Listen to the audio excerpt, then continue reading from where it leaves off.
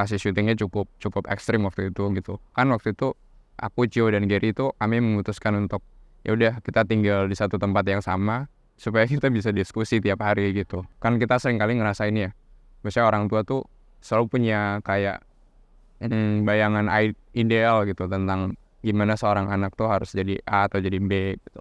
Berbeda pendapat, berbeda ideologi itu sesuatu yang normal gitu.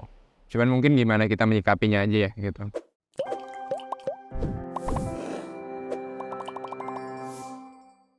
Halo Sobat UMN, dengan Farita di sini. Hari ini kita kedatangan tamu spesial, yaitu salah satu mahasiswa Prodi Film UMN yang salah satu karyanya bersama timnya masuk ke Festival Film Internasional loh guys. Nah, kira-kira kita kenalan dulu kali ya, siapa sih orangnya?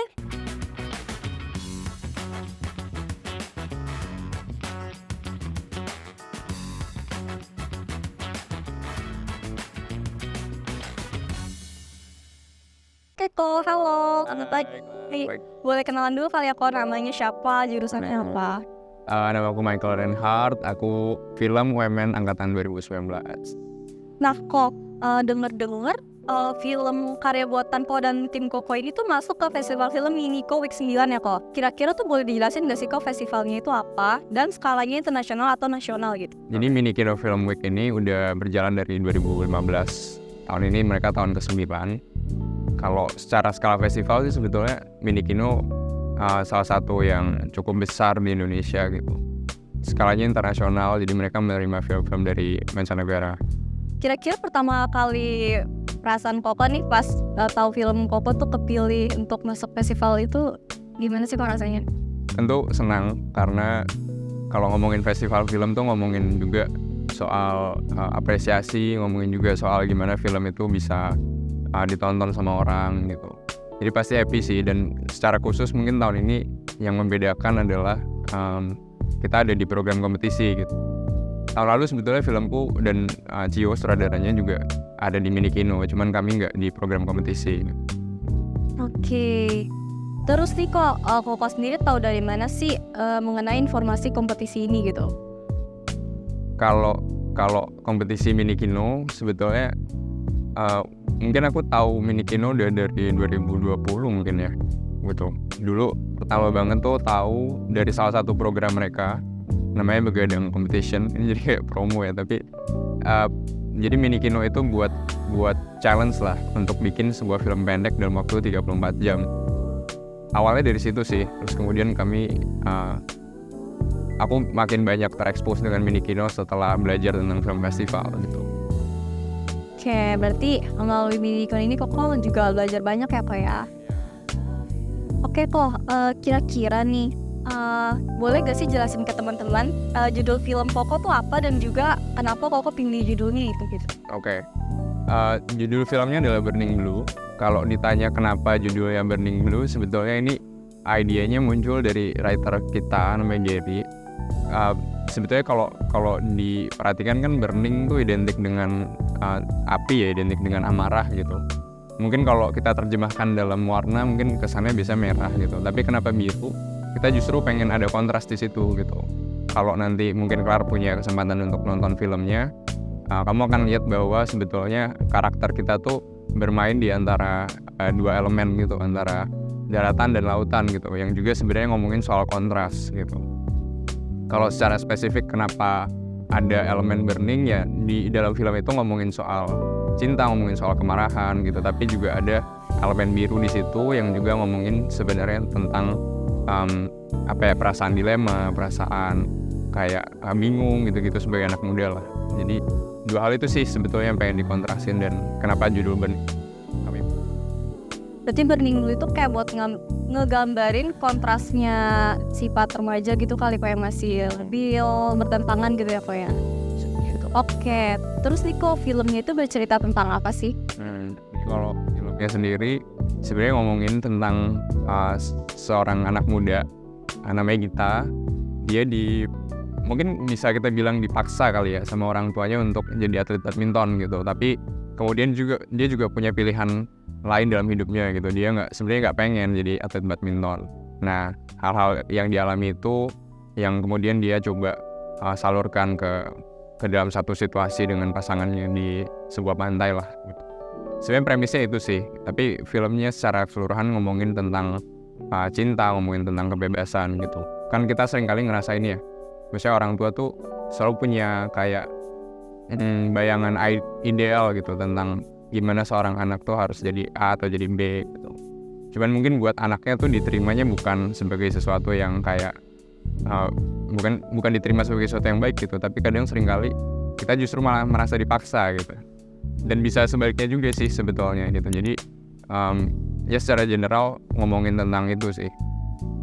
Berarti ngomongin tentang kontrasnya antara ini ya kayak perasaan galau harus ikutin pilihan orang tua atau pilihan diri sendiri gitu ya Pak? Ya, dan itu kan umum ya terjadi di anak-anak muda gitu. Apalagi kayak kita yang baru selesai mungkin atau lagi mengalami quarter life crisis gitu.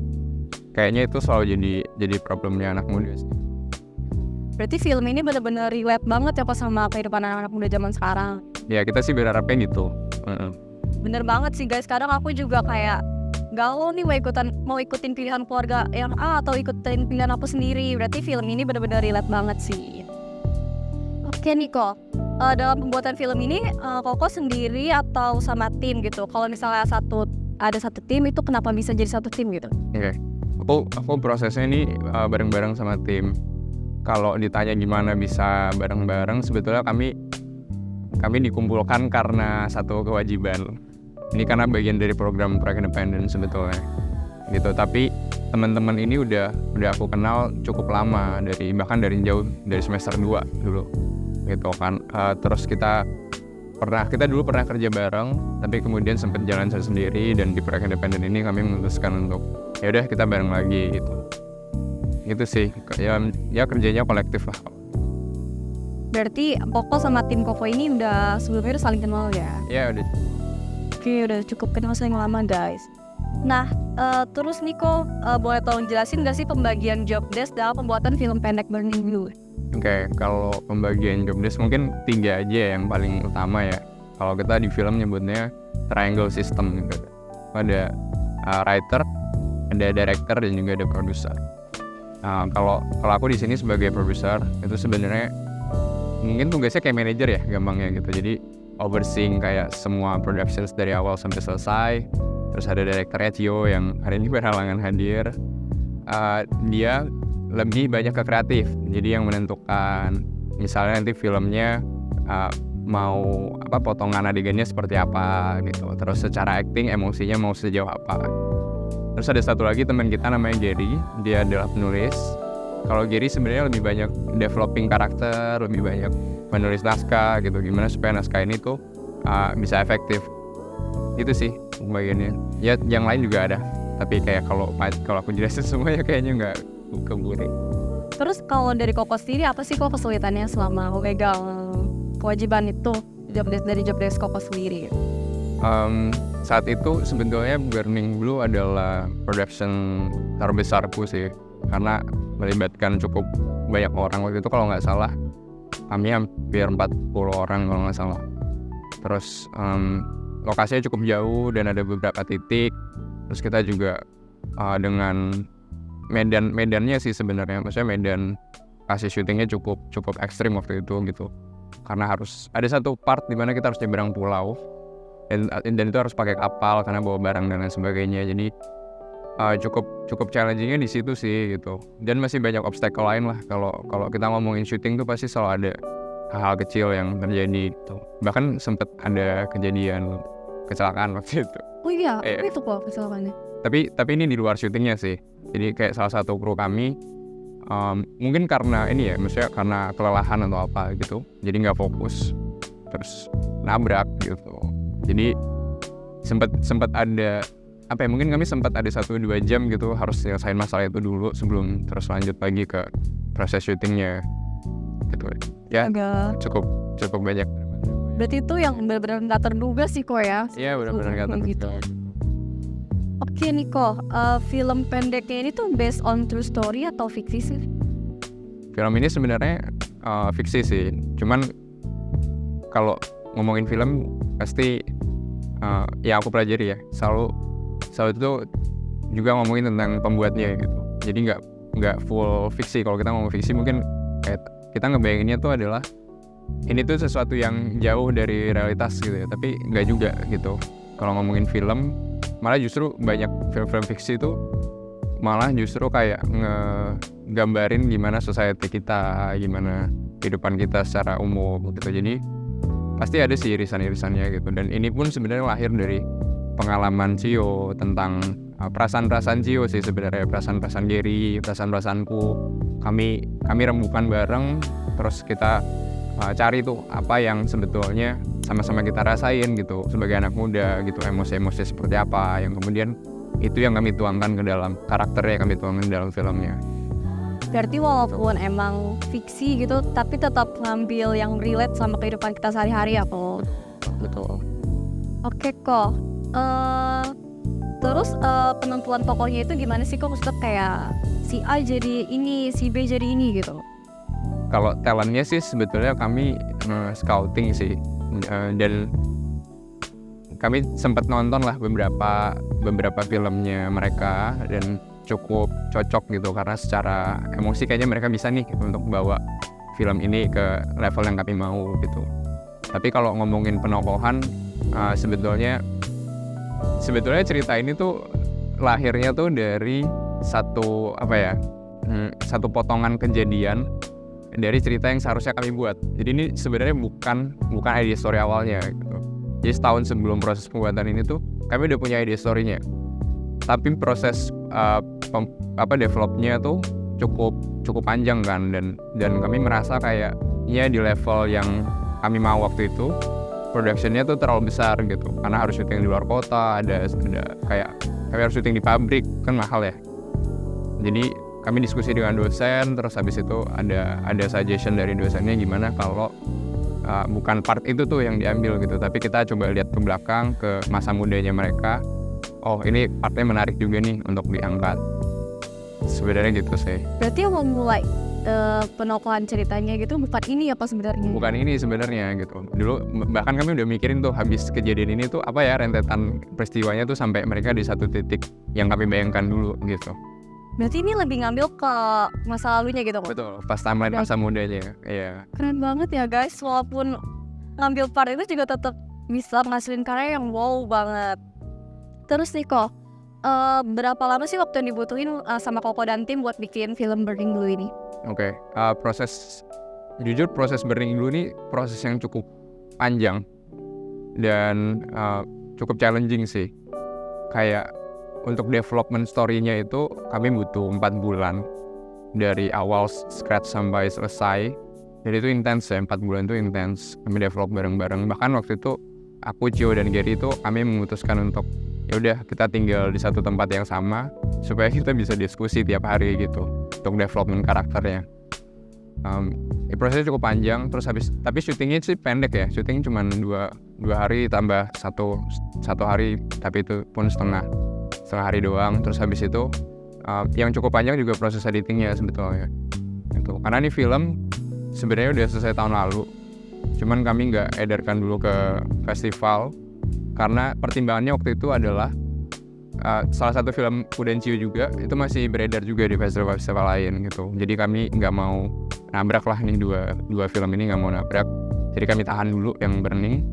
Setelah itu selesai baru Burning mulai keluar tahun ini gitu. Berarti kalau untuk syutingnya sendiri cuman bentar banget ya kok? Syutingnya bentar, tapi proses editing dan developmentnya panjang banget ya. Namanya juga film ya guys, pasti editingnya emang agak lama ya Pak ya? Benar. Terus nih kok, suka dan duka Koko dan tim selama bikin film pendek Burning Blue ini apa? Kalau sukanya seru karena ngerjainnya bareng teman-teman, dan maksudnya kita kerja kolektif tuh selalu menyenangkan gitu karena kita bisa bertukar pikiran sama orang, kita bisa ketemu orang baru, kita bisa seru-seruan bareng gitu. Tapi ya dukanya ada juga sih. Dukanya prosesnya panjang, terus memakan biaya yang nggak murah gitu. Terus juga ada kejadian-kejadian yang nggak terduga itu tadi gitu selama syuting. Tapi overall sih lebih banyak senangnya ya. Apalagi maksudnya setelah sekarang ngelihat filmnya tuh udah mulai bisa jalan nih di sirkuit festival gitu. Kita sih happy banget sih maksudnya dengan hasilnya, dengan prosesnya gitu, dan kita sama-sama belajar di situ. Kalau selama proses pembuatan atau produksi filmnya ini ada gak sih kok kayak Koko sama tim kayak beda pendapat gitu satu sama lain? Ada banget. Oh, ada banget. Ada banget. Bahkan ya mungkin karena masih muda ya, waktu itu sempat ada juga berantemnya lah gitu. Tapi itu proses yang wajar sih. Maksudnya sebetulnya kalau kita ngomongin proses kreatif, berbeda pendapat, berbeda ideologi itu sesuatu yang normal gitu. Cuman mungkin gimana kita menyikapinya aja ya gitu. Dan kita sama-sama waktu itu kami sama-sama sepakat oke, yang kita berantem ini sejauh ranah kreatif gitu. Jadi kalau kita bisa berantem nih, debat, ribut, nanti makan siang bareng gitu. Jadi beranteminnya tuh berantemin karya, bukan berantem personal. Berarti kayak emang cuman beda pendapat aja gitu kayak, tapi kalau untuk di real life ya tetap profesional gitu ya. Benar. Oke Niko, gimana sih proses film pendek Burning Blue ini bisa masuk nominasi di Minico Week? Jadi sebetulnya ada yang perlu luruskan di situ. Kami belum di tahap nominasi, dan mungkin aku jelaskan sedikit ya tentang festival. Jadi kalau di festival itu sebenarnya ada beberapa tahap gitu. Untuk masuk kita perlu submit karyanya, tapi kemudian ada proses namanya dipilih, dikuratori, dipilih untuk ditayangkan. Kalau masuk kita dikasih embel-embel official selection gitu. Nah itu yang terjadi sama filmku dan Cio tahun lalu. Di film Sunday kami official selection, tapi tahun ini setelah official selection itu nanti kamu dipertimbangkan lagi apakah kamu layak masuk kompetisi apa enggak. Nah tahun ini kami selain official selection juga masuk di kompetisi gitu. Nominee adalah tahap selanjutnya setelah kompetisi itu, misalkan kita masuk ke dalam berapa besar, nah itu berarti Burning Blue itu masuk memenuhi kriteria untuk masuk ke Minico Week 9 gitu kok. Betul, sebagai in competition. Kalau gitu kita doain bareng-bareng ya guys, semoga cepat-cepat masuk nominasi lah ya. Amin. Oke Niko, dalam kompetisi ini tuh ada kategori filmnya nggak? Kalau iya, film Burning Blue ini masuk kategori apa kok? Ada.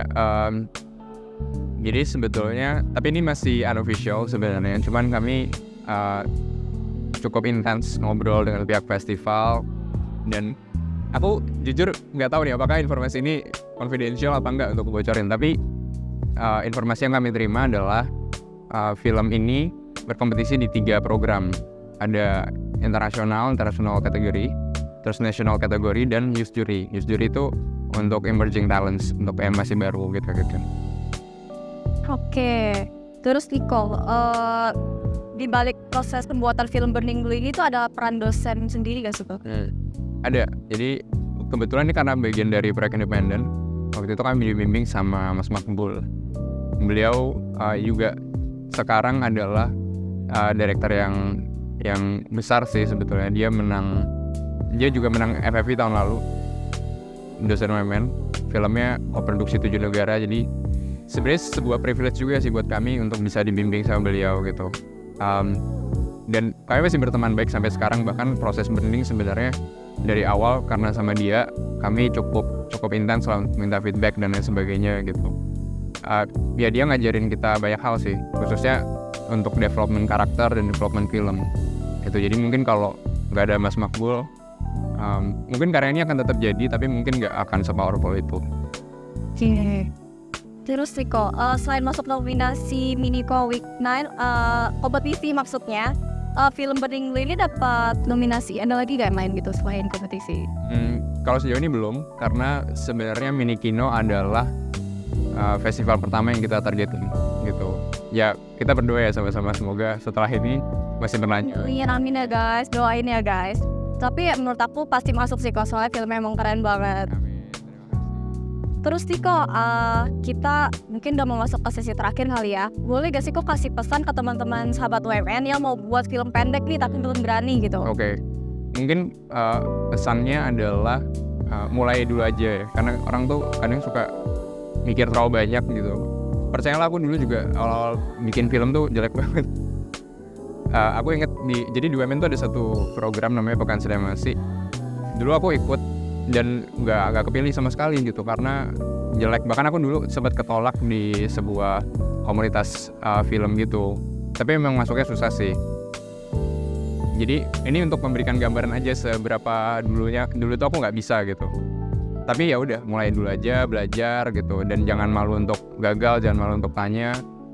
Dan mungkin kalau buat teman-teman yang ada di UMN yang jurusan film, mungkin pesanku adalah mulai dari hal-hal yang simpel dulu gitu. Karena kayaknya kalau ngomongin tentang film di UMN, itu masih ngomong di ranah pendidikan ya, masih ngomongin tuh gimana film.